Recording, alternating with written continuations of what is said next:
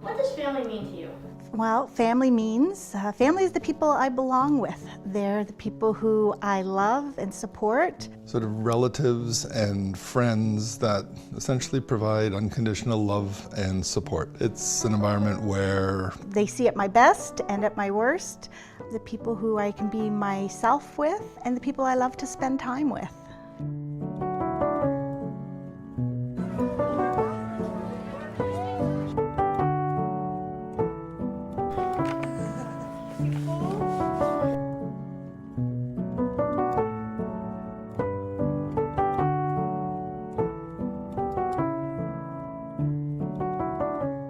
Dad and I actually met at work. We both worked for a municipality, and we met through, some events they had at work. and it was actually at a golf tournament. Your mother was getting ready to tee off. I was sort of waiting to tee off in one of the later groups and noticed her. And when the golf tournament was done, we were having dinner. I went up, I made a comment and introduced myself, and Became friends from there. Fairly early in our relationship, we both definitely saw kids as a part of our life, partially because I knew that I would never have biological children. I wasn't able to carry a pregnancy, so I knew very early on that for me, we weren't going to form a family perhaps in what was considered the traditional way back then. I guess because and before your mother and I even were married, we knew that if we were going to have a family, the likelihood is that we would have to go through the adoption process. So, when we started talking about it, it really started with research and sort of understanding different types of adoption. Initially at the time, I would say we were thinking more along the lines of domestic adoption, and that was something that we didn't necessarily feel the most comfortable with.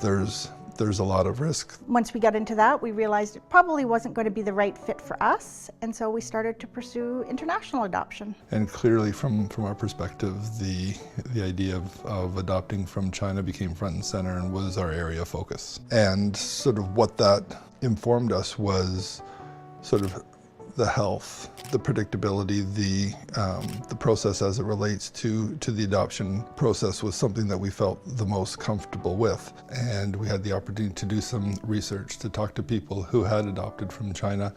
It was a very organized and structured process. We went through a company called Children's Bridge. We went into Toronto to an information seminar one day to learn a little bit more about it. From our standpoint, if I had the choice to do it any other way, there's not a chance I would do anything differently. I couldn't have a stronger bond or connections or love for two daughters, more so than what I have. So it's something that I can't really explain or describe.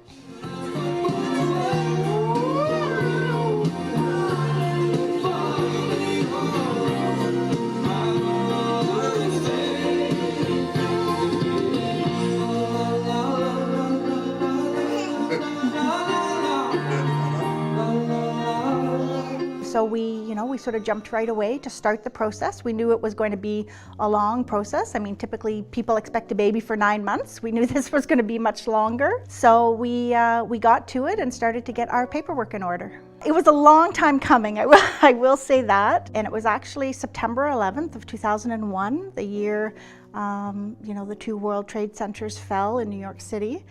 I was actually at work, and it was about 10 o'clock in the morning, and we were watching the news with all this tragedy unfolding around us, and we got the call from Children's Bridge to say that your file had gone.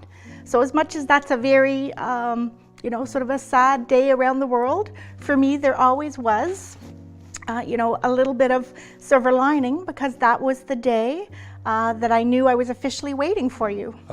So it was a very significant moment in our lives, and really put some definition in terms of the definitive nature that we have been connected with a child in China, and it became very real at that moment. We had flown to China, so China's a long way away. It's a long flight. We were excited, but we were scared. We were about to be first-time parents. Were we ready for this? So, we're all flitting around, stressed out, not sure what we should be doing. And so we gather in the hallway and we all go to the elevator together to sort of travel down to the main floor. And as the elevator doors open, there are 5 nannies and 5 babies waiting inside. So the nannies step off the elevator and kind of there we are in the hallway. And, of course, we all speak English. The nannies don't speak English. So Jack is our guide and he, calls the babies' names one at a time and we step forward and they introduce us and then they hand you to us. What was the emotion like? Kind of like what it is right now. It was surreal. It really was. In the moment, it was like nothing I could ever even imagine. It was awesome because it's something that we had looked forward to for a number of years. So to see you, it became obviously very real. I can only imagine what was going on in your little mind in that moment. If I was scared, you must have been petrified. No matter how I felt, you must have felt 10 times worse because you didn't know what was happening and you were crying. So I held you, Dad held you, we tried to walk you, we tried to rock you. Nothing would settle you. So eventually you were just so exhausted, you fell asleep in my arms. And I think that's one of the first pictures I have of you is just me standing up, holding you in my arms. So that was a moment of relief, I think, for all of us because, as first-time parents, you think, oh my God, it's me. I'm not doing it right. I'm not giving her what she needs. And that was kind of the beginning of, I think, our life together.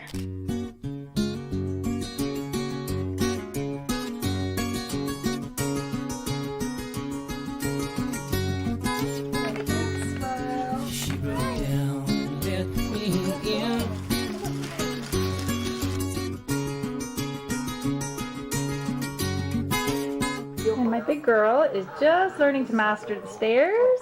She just started 2 days ago, and now she's like a little trooper running up them all the time. When we were there, we got the chance to visit your orphanage. So that was really where you spent the first 11 months of your life. You were left on the steps of the orphanage. So, I think your birth parents loved you. I believe that with all my heart.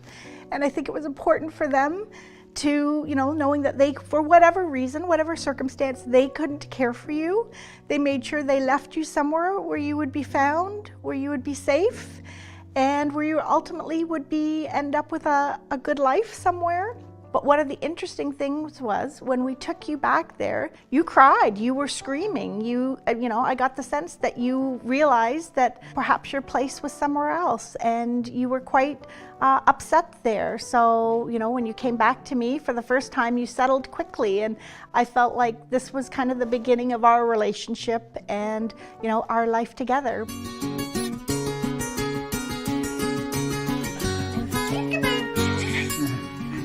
Let me see where I've been.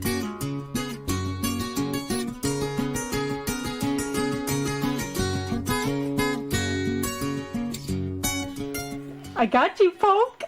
Poke. No. And who said kids are more of a hindrance than a help? See, Maya loves to unload the dishwasher. Hi, big girl.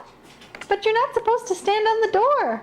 It's obviously the best experience that I've had in my lifetime. And then obviously 2 years later, sort of going back to China to adopt your sister just expanded that by double. So it's the best thing that we could have ever done. Yes, I just want to give you these because you've done everything for me and I really, really appreciate it and I love you so much and you're the best mom in the world. Oh, Maya.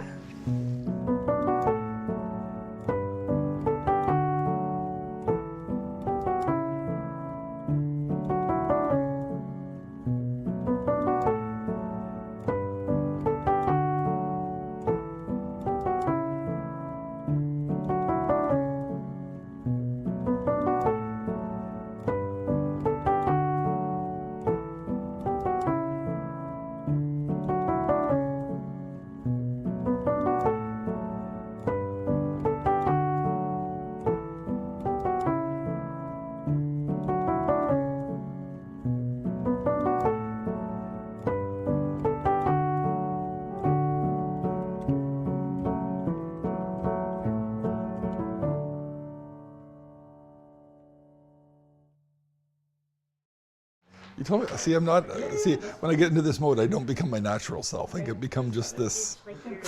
Dave, I'm in my-